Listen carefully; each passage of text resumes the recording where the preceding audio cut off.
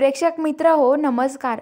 आजच्या भागामध्ये आता जे आजोबा असतात ते घर सोडून जातातच, पण आता मम्मी साहेबांना कळतं ते आजोबा ते पप्पांचे म्हणजे चित्रकारांचे कुणीच नव्हतं. तर त्या चित्रकारांना खूप काही बोलतात, म्हणतात की तुम्ही उगाच त्या माणसाला एवढं लाड दिला आणि त्या माणसाने किती हे केलं, पदर घ्या, नासच करा, चुलीवर स्वयंपाक करा, किती त्रास दिला माहिती का आम्हाला, असं मम्मी साहेब चित्रकारांना म्हणतात. तर चित्रकार म्हणतात की हो हे बघ माया, असं ओरडून काही होणार नाही, आता कशाला ओरडती तू, शांत हो. आणि काय झालं, चांगलंच होतं आपल्यासाठी, आपण कधी खाली जेवायला बसलो नाही, पण त्यांनी आपल्याला खाली जेवायचं कसं सगळं तुम्हाला सांगितलंय समजून.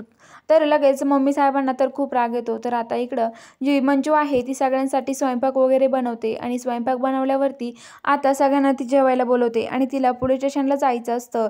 तर आता ज्या मम्मी साहेबांच्या असतात जेवायला बसतात, तर आता जी मंजू आहे ती तिथून भाजी काहीतरी घ्यायला जाते आणि सगळ्यांना जेवायला वाढत असते. पण ती गरम काहीतरी मम्मी साडीवर सांडतं आणि मम्मी साडी जळल्यासारखी होती.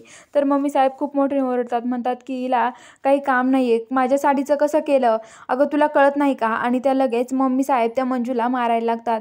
तर मंजू म्हणते की मम्मी साहेब अहो माझ्याकडून चुकून झालं, पण मम्मी साहेब काय मंजूचं बोलणं ऐकून घेतच नाही.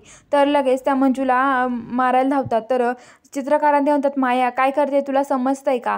तर आता लगेच जी मंजू आहे ती म्हणते की माझ्याकडून चुकून झालं आणि मंजू तिथून पोलीस स्टेशनला जायला निघते. तर आता इकडं जी सपना आहे ती मम्मी साहेबांना म्हणते की अहो मम्मी, जर आता ही जर वाघ नेबळट आपल्या घरात राहिली ना तर खूप अवघड होईल. तुमच्या अशी एक नाही तर तुमच्या चांगल्या चांगल्या दररोज वेगळ्या वेगळ्या साड्या खराब होत जातील, त्यामुळं तुम्ही यांना घराबाहेर काढून द्या.